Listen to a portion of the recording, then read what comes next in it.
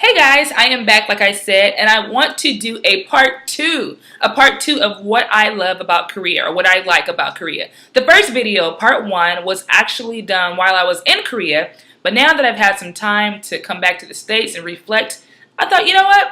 Let's do a part two because this part two is the stuff that I still get excited about, like when I talk about Korea, so this should be interesting. Well, at least I think so. And forgive me, I'll be looking down because I wrote it down on my paper just so I won't forget. Number one, I like the fact that the buses took the freeways in Korea. I live in LA, so, you know, the bus system out here, we just take the streets and everyone drives the speed limit and it's like, ooh, caution. And that's not a bad thing, but it's just funny because in Korea, man, those buses were on the freeways driving like 75, 80 miles per hour. And I'm so grateful to God that I am still alive today because it is no myth that Koreans are not the best drivers.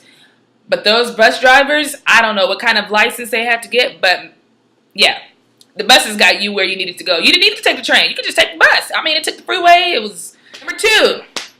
Number two, overall, I just like the transit system, period. The metro system, the bus system. It was a very easy schedule and a very easy just way to travel. It wasn't very complicated to buy tickets, although I didn't speak the language. To buy tickets wasn't complicated at all. And there was a website, a transit website, I forget what it's called right now, of course. I think it was something like corail.kr, something like that. Anyway, it had directions and what is it, routes and schedules in English. So if I wanted to take the train or to a bigger city, I can do that. But I lived in a smaller city, and one of my co-teachers are the former teacher that was there before me, James. Hi, James. I love James. James wrote down like the cities and the bus schedules for me. So I would take that piece of paper. I had it for like 3 or 4 months. I would take the piece of paper to the bus stop every single time, or the bus station every single time I went. That way I recognized the characters. So it's almost like I read Korean a little bit, at least the cities, because I memerized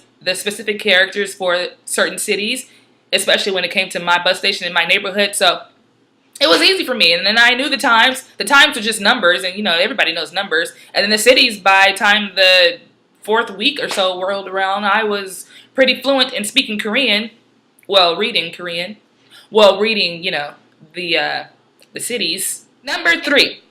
I liked the fact that the students respected the teachers. As a teacher still in America, still in Los Angeles, let's see, I've been cursed out more times than I can remember right now. I'm about the same size of most of my middle school students. And I was a PE teacher or a PE coach as a long-term subbing position, and you know, I would wear like my Jordans and basketball shorts and stuff. So the kids thought that, you know, hey, she's just like us. And I guess I don't look that old. I'll be 28, Lord willing, in June. So apparently they thought I was in my teens, or maybe I was early 20s, or maybe that I was just like older sister to some of them. So they were just like, I don't have to listen to you. You're like the homie. And I'm like, that's great that you think of me that way, but no, I am in control of your grades, and I'm going to need you to stop. And I'm going to need you not to curse me out. Thank you. Thank you. I don't curse, and I definitely don't curse at people and children and disrespect people, so I'm sorry about that. I don't know what just happened, but anyway, students really respect teachers in Korea, or at least for the most part they do. I did have a few run-ins with a few trouble students, but for the most part, you know, they kind of look at you like, wow, I'm really interested in what you have to say, or I'm a good faker, and you know, that's fine with me. Number 4, fashion. Fashion. Koreans are very fashionable, very fashionable. It made me want to step my game up. In my head, I'm a fashion designer, and I'm very fashionable. Like, I can sketch out a few things. I'm not a very great drawer. Is drawer a word? Illustrator. I can't draw that well, but I can sort of like sketch out. It's weird. I can't draw, but I can sort of like sketch out designs and dresses and things. So in my head, I'm like a designer, and I can also pick out an outfit in my head and match it to certain people. Like, I would be like, that person can wear that. And maybe if they pair this, and it'll be like denim on denim, or maybe they did that, they have a nice silhouette, so they should wear this fabric, or maybe they do that. You know, I can do that in my head, but when it comes to me, I'm such a bore. I was like raised as a tomboy, so a part of me still is a tomboy, and it's just a headache sometimes getting dressed. And then I have other days where I'm just like in makeup and in heels, and I'm feeling really girly and good, but that day does not come very often. So I really have to put an effort as we all do, to get dressed and dress up. But when I was in Korea, wait, what is this?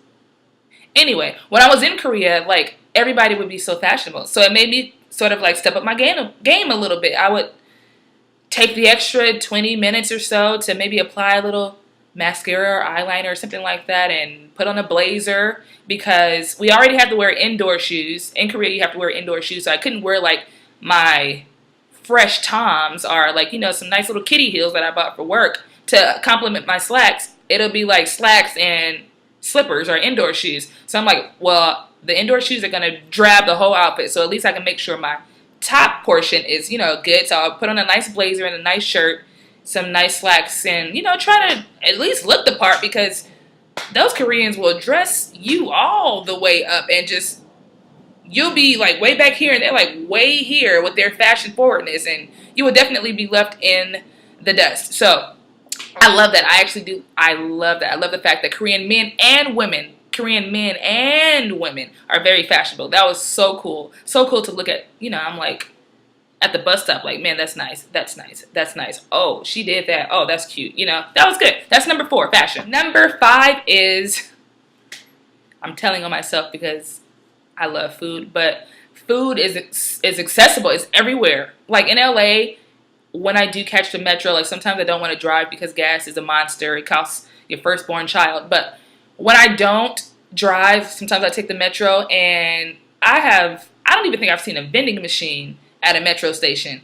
In Korea, if you take the train, they have like a person, I don't know what they're called, I'm sorry, that has a cart of food and drinks that you can buy stuff on the train. There also, when you get off the train, there's like little kiosks and little mini marts and stores. You can always buy some type of food. I don't know how I lost like almost 20 pounds out there, because I was always buying food. But anyway, maybe because I walked everywhere. I didn't need a car out there. And that's another thing. Wait, is that number 5? No, I think I did 5 already. A bonus is, in Korea, you don't have to walk. In LA, you sort of need a car. If you're walking, things are so spread out to where if you're walking, you're going to be walking for a long time. And it's always hot in LA, or at least for the majority of the time. So walking is just not the best option. If you have to, of course, then that's what you do. And sometimes I just walk just because. But in Korea, you do not have to walk. There are buses everywhere, trains everywhere. Especially if you live like in the city. I lived in like a little small Korean city. It was almost like the boonies, but I would take the bus to the bigger places like Seoul and Daegu, etc. So, you know, all that walking and the good access to trains and buses and cabs. Of course, I took a lot of taxis out there. Walking and food.